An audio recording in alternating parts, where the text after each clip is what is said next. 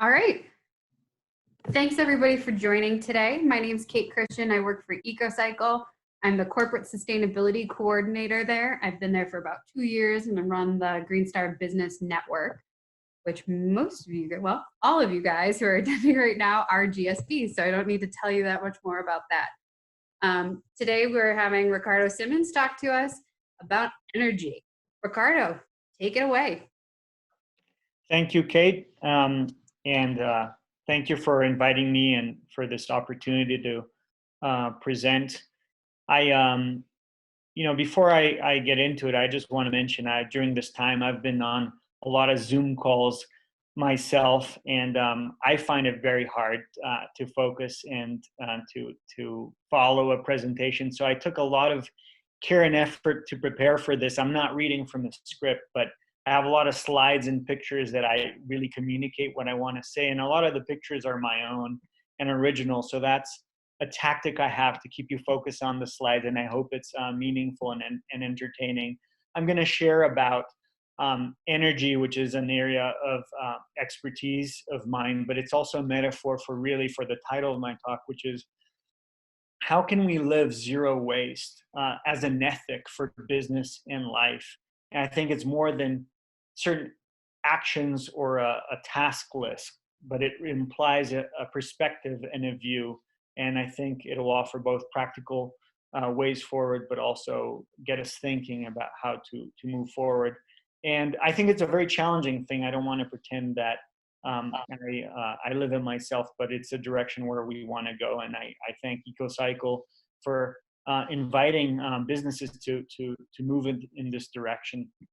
And the first picture I have here, and I want to offer it as a metaphor for my conversation, is of the Dolomite Mountains in Italy, and these beautiful villages that I think are an example of something close to a zero waste culture and an integral ecology where the land and the way people eat and the way they live and work is very integrated. I took this picture on a trip. I think this is on the Austrian side of Tyrol, and I will come back to it towards the end, but it's a metaphor for how we could live. Many of us haven't been to Tyrol or don't live in small villages like that, but how can we translate this into our lives wherever we are? And I think Boulder County, for example, has done a great job in many ways of moving in this direction, and we can take a few lessons from that. Before I jump in, I just want to give a bit of my background. And here's a picture of me with the Pope, which is shameless self-promotion, but also a moment I'm very proud of myself. I've worked for the Catholic Church for many years, and on environment and faith, and that's really my area of expertise. I'm a consultant for the U.S. Conference of Catholic Bishops, and I represent them on federal policy with the U.S. government and Congress and the Vatican. And I also have a background in, I'm doing a Ph.D. right now in Boulder in energy is a focus of mine, integral ecology, and looking at science and technology, and really translating these two worlds of theology and a tradition along with science and technology.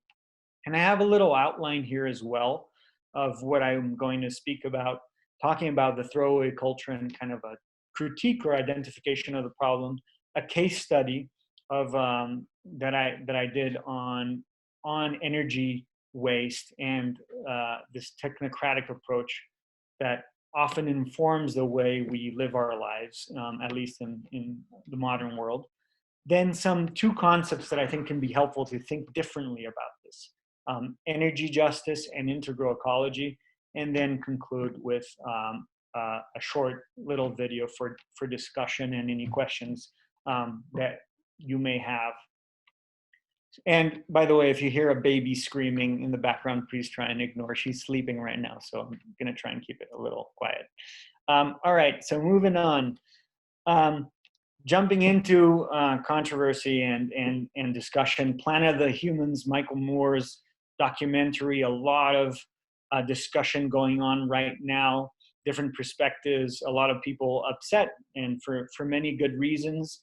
I think And I'm not going to get into the weeds of it. I saw the documentary. I did some of, I read some analyses and critiques, especially on the specifics of energy. And as Bill McKibben wrote a few days ago, this is splitting the environmental community. My takeaway is that living sustainably, living an integral lifestyle is not easy. It's complicated.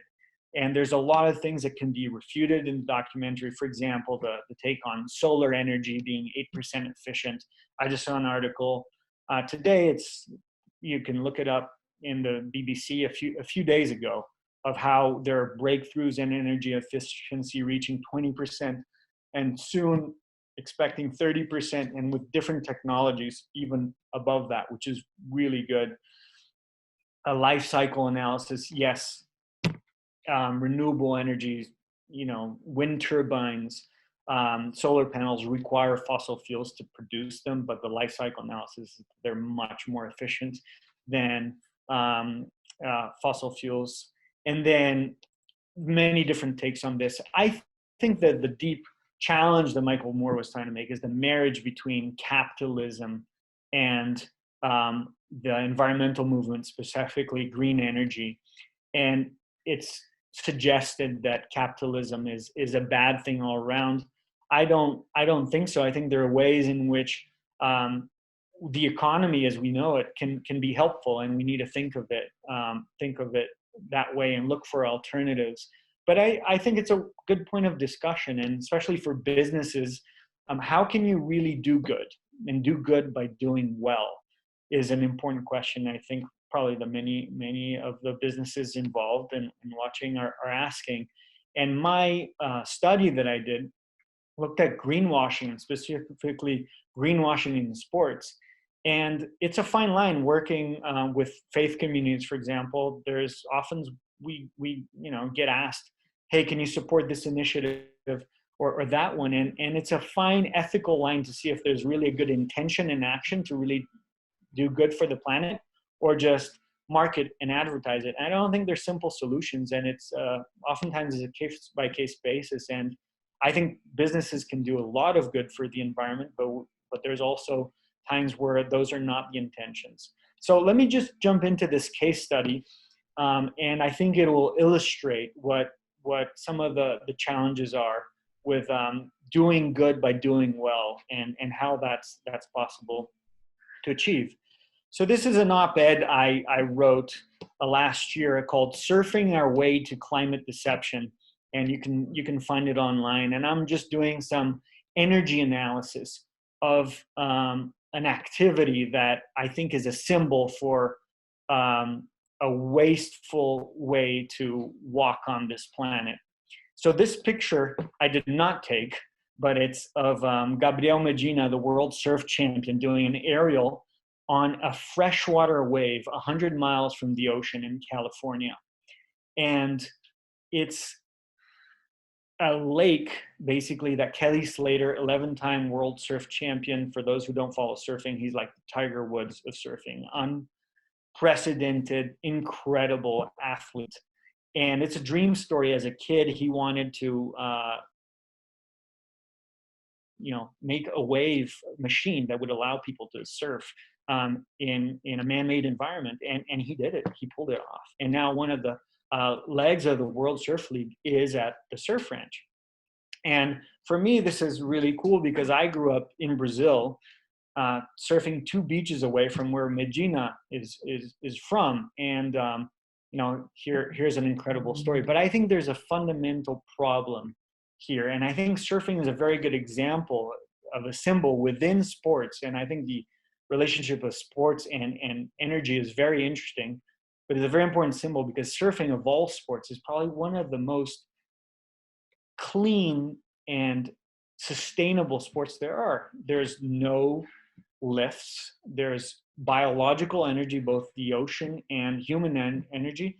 There's very simple materials. And when you look at the math behind what it takes to make a surf ranch, the surf wave, it's not very sustainable. Let me just show you some specific examples. So here, just in general, sports and climate action, they signed with the UN an agreement, and the World Surf League signed on to this to be sustainable and to really live up to the standards of the Paris Agreement, which I think is a great thing. And a very good example of progress made is Formula One, which the elite race car driving sport, which is perhaps a symbol of a lot of fuel waste and a lot of energy going around a track with specialized fuel. And they've made great strides to use the energy, for example, from braking to repower the motors and cut consumption in huge percentages in Formula One. So not all sports have greenwashed, and Formula One has really done an incredible job. But that's not true of surfing. And this is why I think surfing is a really good example. This is the largest wave ever surfed. If you focus here, this is last year, Rodrigo Costa in Portugal, in Nazareth, Portugal. And I did some math on this, and 120,000 megawatts of energy on this one massive wave that is capable of powering 30 million smartphones. So this is a symbol of biological energy. I think this is where we should be moving towards as a global community. How can we harness and live in harmony with biological energy? And here we go. This is the surf ranch. And you can see in this picture how it works. Basically, there's a rail line with a locomotive that powers a hydrofoil that creates the wave. And the surge of energy of this is tremendous. It uses the energy of hundreds of homes just to power one wave for that time. And my problem with the World Surf League here is how they're stating this, which is 100% powered by solar choice program. And I think that's a great thing. I think it's great that they offset the energy use, but really it's an overstatement of how it works. And while PG&E has solar energy in their portfolio and quite a bit of it, which is good, it's not all solar energy. And the energy that is used to surge this one wave will be taken away from these homes, and some gas-powered or coal-powered plant will have to make up for the difference. So it does require energy, and it creates a great thing. I mean, the wave of the surf ranch is very exciting and outstanding, and it's a phenomenon of technology and innovation, but it does require energy, and it's not free. What is free is really the ocean energy, and that's a conclusion of my article. And the point I want to make with surfing is shown by these graphs. Here we have on the left 2 graphs that show the growth of renewable energy in the last 10 years from 2006 to 2015. And you don't see a big significant change. I mean, the percentages of renewables remain the same, and that's not because renewables haven't grown. They have grown, and the technology has improved tremendously. It's because the world is demanding more energy.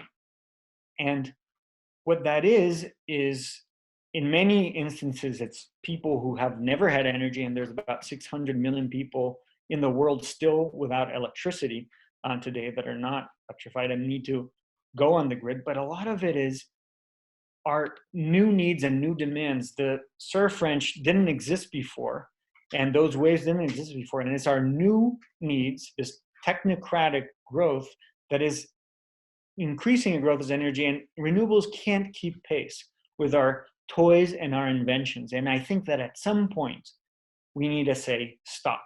We often say reduce, reuse, recycle, and I think we do a very good job of recycling, and that's important.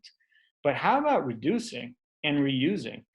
I don't think as a society we're very good at saying no, at saying, let me say no to this, let me use less, let me say no to this trip even, or to this toy or adventure.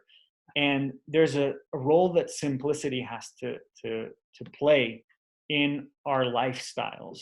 And it's a difficult choice for a technocratic mindset that often informs many of our modern choices.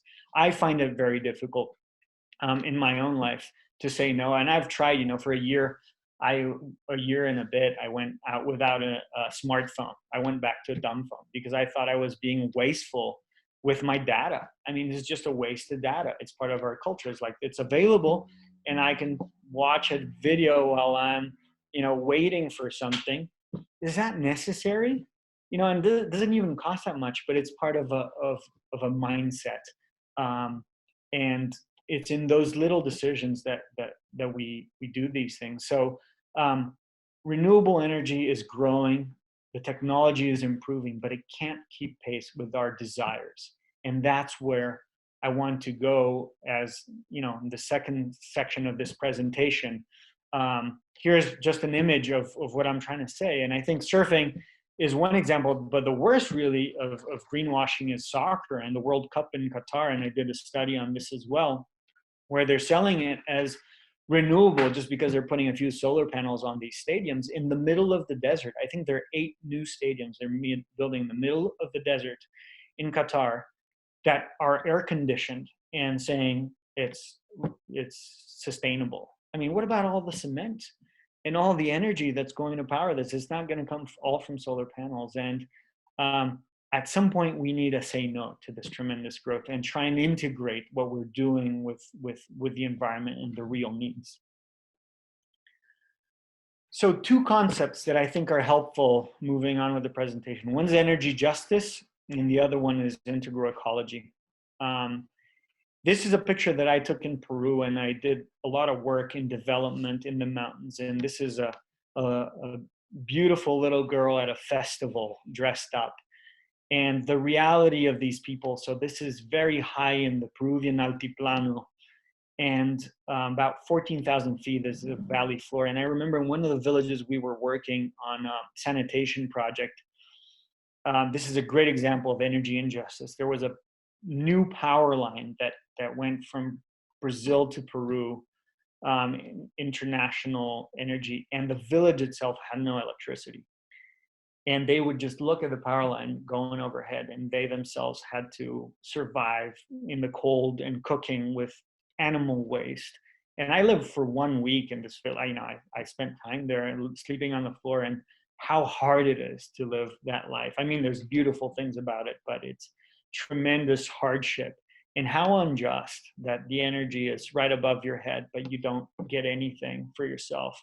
And you're, really living in temperatures with no central heating, no, conditions for livelihood. So this girl really makes me think about it. Here's this other picture of students on the street under a public lamp post because it's free electricity and the desire to study. So another example of injustice, things we take for granted many times, but that are not available for many people in the world. And some concepts here, and I don't want to get too academic, and this can be dry, but there's ways of thinking of energy poverty and energy justice through distributional recognition, procedural justice that open our minds to different ways of seeing the world, our use, our consumption. And again, energy is one way of talking about this, but we could talk about many different aspects, from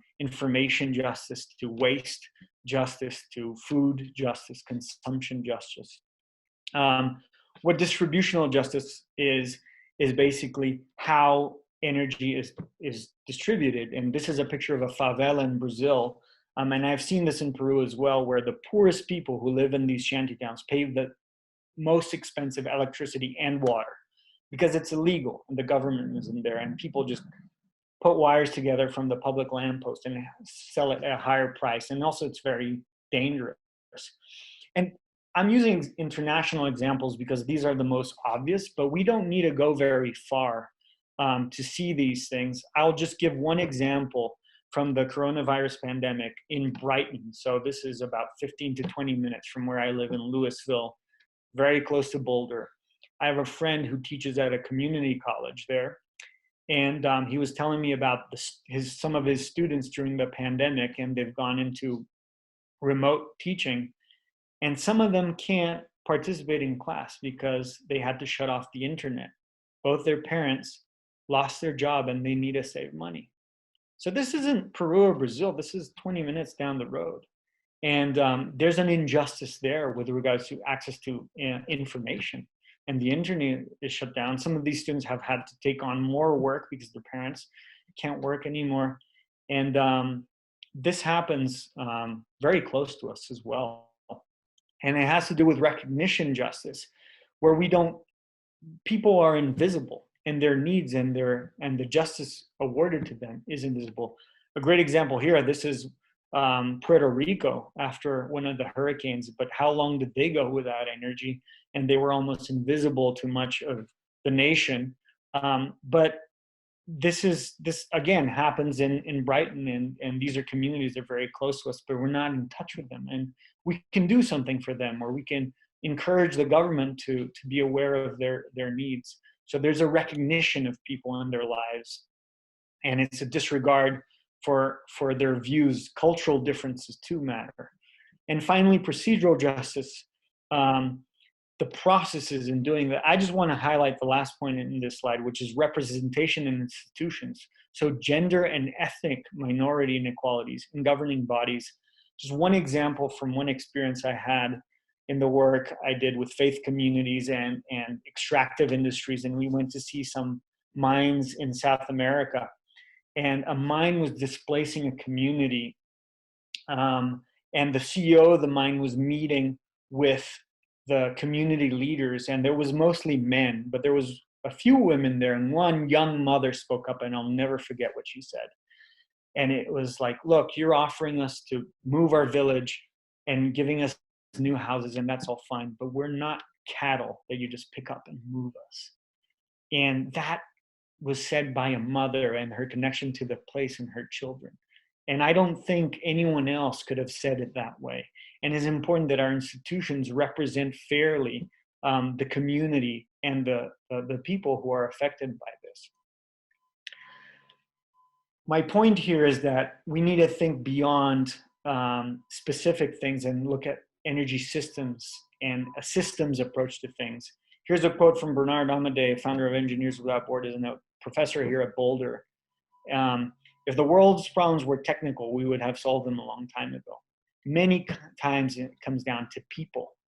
Here's a picture of a project we were doing in Peru. I've been with Bernard to Peru a few times, and it comes down about people and families and communities, which often makes things complicated and messy. But if we pretend they're not there, we're not going to really address the full problems. And we need to think in a systems approach. And that leads me to my last point, which is integral ecology.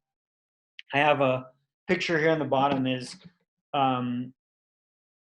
the place where St. Francis of Assisi wrote his famous Canticle of the Sun, a canticle of creatures, calling brother sun and sister moon and brother wind and sister water, and inviting us to a relationship with the environment that's different, that's integrated. It was the inspiration for Pope Francis to write his letter on ecology and bring the concept of integral ecology, which is really not original. Many people have been talking about this integrated approach to the environment for a long time.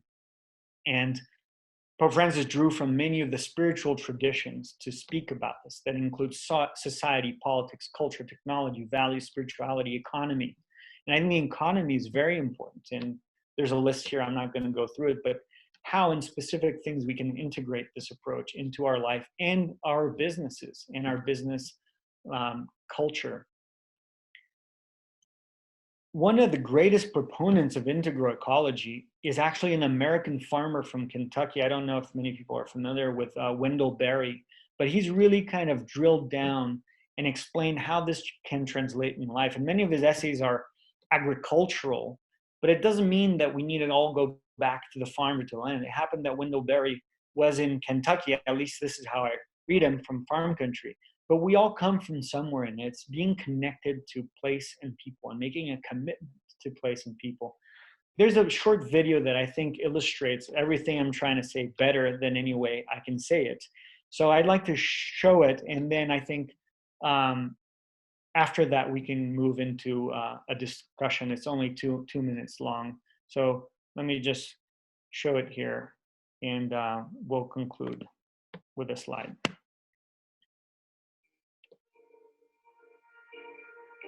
Even while I dreamed, I prayed that what I saw was only fear and no foretelling. For I saw the last known landscape destroyed for the sake of the objective, the soil bulldozed, the rock blasted. Those who had wanted to go home would never get there now. I saw the forest reduced to stumps and gullies. I saw the poisoned river, the mountain cast into the valley. I came to the city that nobody recognized because it looked like every other city. Men and women and children now pursued the objective as if nobody ever had pursued it before. The once enslaved, the once oppressed were now free to sell themselves to the highest bidder and to enter the best paying prisons in pursuit of the objective, which was the destruction of all enemies, which was the destruction of all obstacles, which was to clear the way to victory, which was to clear the way to self-creation, from which nobody who ever wanted to go home would ever get there now. For every remembered place had been displaced, every love unloved, every vow unsworn, to make way for the passage of the crowd, of the individuated, the autonomous, the self-actuated, the homeless, with their many eyes opened only toward the objective, which they did not yet perceive in the far distance, having never known where they were going, having never known where they came from.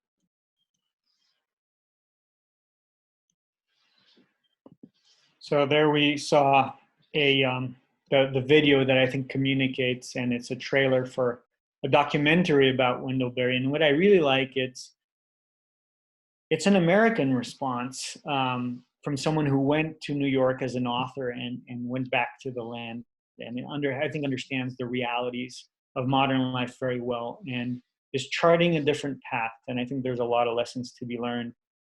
My last point of moving towards a zero waste ethic for business and life is oftentimes we can chart benchmarks and task lists and what things we can do on the outside, but I think a lot of it has to do how we transform on the inside, and that's part of a journey that we can all undertake, and it's probably incremental things, and we're not going to solve it. I'm not sure there's a solution, but there are many small things that we can do inside and outside to change it. I mentioned, I tried going with a dumb phone for a while. I have a recent beehive in the back that I'm trying to harvest my own honey and chickens. And I think, this is a friendly environment, at least Boulder County, for these things. And there's a transformation we're seeing slowly in our transportation and riding bikes to work. That's really good, which requires us to live close to work.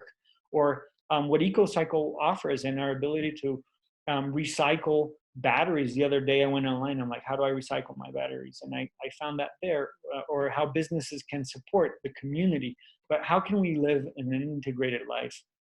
This picture again, I finished where I started in the Dolomites in Italy. So I did a journey myself, and I'm so interested in integral ecology. I took a summer and I walked from Rome to Poland.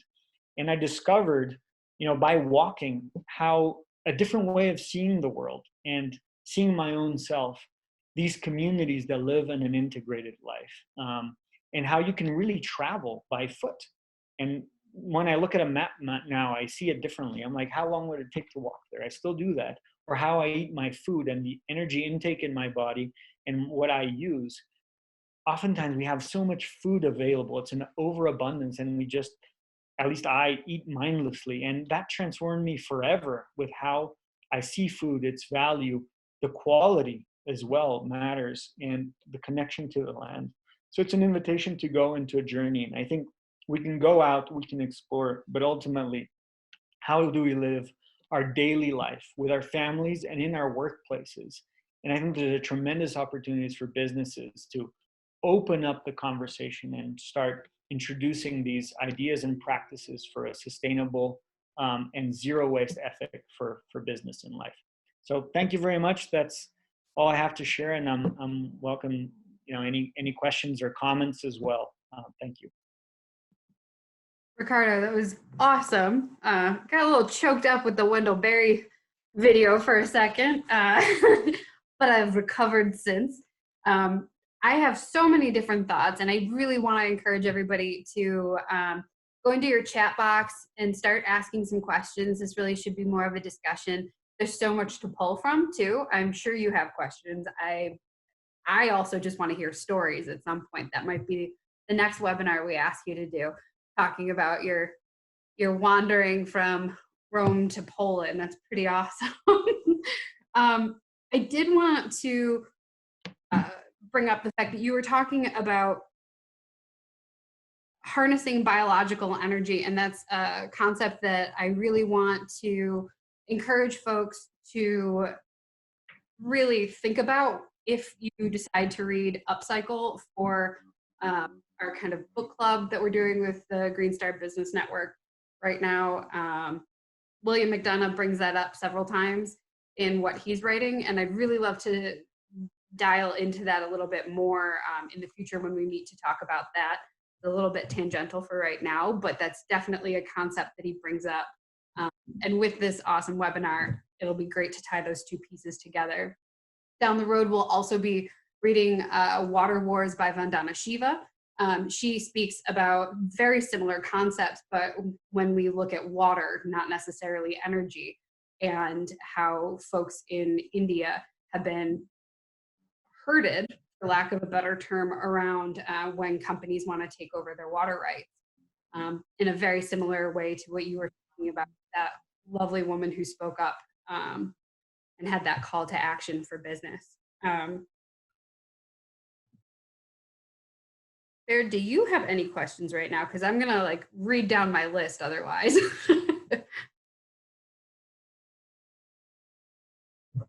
Oh, you are muted. There we go. Yeah, I've got one question, and there's definitely not a straightforward answer, but in thinking about living a more sustainable life as an individual, or creating a more socially responsible business, how can we justify, with the way that things are now, how can we justify spending more money in a lot of cases for food or for different supplies that businesses purchase? How can we justify spending more money for a local, more sustainably packaged option when there is a much cheaper option that is usually easier? And I find that it's difficult in my own life, and I know that when it comes down to, for a lot of people, money is the biggest thing that matters. And you talked about the students of your friend that could no longer pay for Wi-Fi, and I feel like that's a somewhat similar situation. Yeah, I think that's a really good question, and I think about that often. I like to focus your question on something that's very important, which is daily life. I think life is daily life. We live in social media culture where you kind of post a picture of a special moment and it's supposed to reflect. But most of our lives, what really matters, I think, with regards to energy and waste and sustainability, is what we do every day. And it's not necessarily very glamorous, but those everyday things, it's really like your commute to work. That's where a lot of the impact is happening, or the interaction in the office. I mean, and it's not just about what you consume, it's how you consume. I mean, I think going back to Italy or cultures, there was a study recently about how much time people spend at lunch, and Italy and Spain, they'll spend like an hour and a half break or something like that. You know, in the United States and England, it's like, I don't know, 15 minutes in front of a computer or something like that. So it's not like what you consume, but how you consume it. And for example, seeing food as an opportunity for generating community, I think is really interesting, and for interaction. But daily life is I think where a lot of the focus is, and it comes down to money many times. That's why I emphasize the economy in this perspective, because we can talk about environment and ideals, but if it's not affordable, at the end of the day, many of us won't do it. I think the luxury opportunities that are out there are for only a few, and it has to be viable. I mean, yeah, there's this trade-off between buying expensive local or cheaper. You know, I don't know, there's studies too on like the energy output from apples, right? I mean, many times if you want an apple in say, you know, the spring, right? Apples are, the season is the fall. I mean, you're going to be buying an apple that comes from New Zealand, shipped from a tanker, and it's fresher than an apple that has been stored for all this time from a local place. And you have to do these trade-offs, and it might be cheaper. And how do we deal with that? I think that money can be a good measure for how realistic the daily implementation of something is, and we need to look to that. And we're only able to make sacrifices, I think, going beyond just the kind of like purchase, the consumerist approach also helps. So for example, if you have a relationship with a farmer, it's different than buying the product from the farmer at the store. And even then, sometimes I know a farmer here in Boulder who sells like really good quality meat. I don't buy his meat because I can't afford it. And I would like to, maybe someday, but I have a relationship with him, and I do get some things from him, and it's cost me more, but there's a relationship there. And, you know, I just think an example, I think of in another area, which is charity. This is a phrase from Pope Francis that I mentioned before, but he's like, you know, if you're going to help a homeless person, don't only give them something, but shake his hand or her hand, and look them in the eye. And I think that is also true for environment. Don't just buy the local produce, but try and build a relationship. Because these integrated communities I'm talking, these examples I'm using in the Dolomites or anywhere, it's because people are connected. And it's not just a transactional relationship, but there's also a true human encounter. So we got to go beyond just giving the food to the homeless person, but looking them in the eye, shaking the hand, because many times the poverty isn't so much a material one, but it's a human one, it's a social one, it's an existential one. And we need to go beyond. And not only the poverty of the homeless person, my own poverty.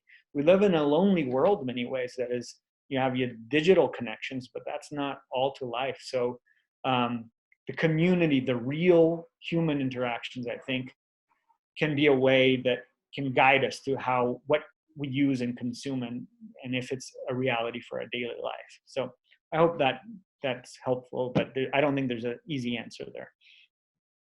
Awesome, thanks. I love what you just said. So the Green Star Business Network, lots of times people seem to think it's a certification for business, saying that I've checked all of these boxes and I'm good to go. I've achieved zero waste, or I'm good enough to have this green seal on my business's front door. And that's not the case. We feel very strongly about that, because a label, if we think about things like certified organic or free range or things like that, like those can also be types of greenwashing, because it also has something to do with the context that story is told. If we look at like what you're suggesting, going to your farmer, shaking his hand, understanding where he's coming from, what are the practices that he's using. There's a lot in this culture that is pointing towards greenwashing. But getting back to those human connections really are key. And as folks in businesses that are taking a lead in sustainability, you have the ability to reach out to your customers. You can have those connections with them. And that's a very strong thing to be able to do. It's very, very impactful, especially right now. Everybody's looking for connection. in whatever form they can take it.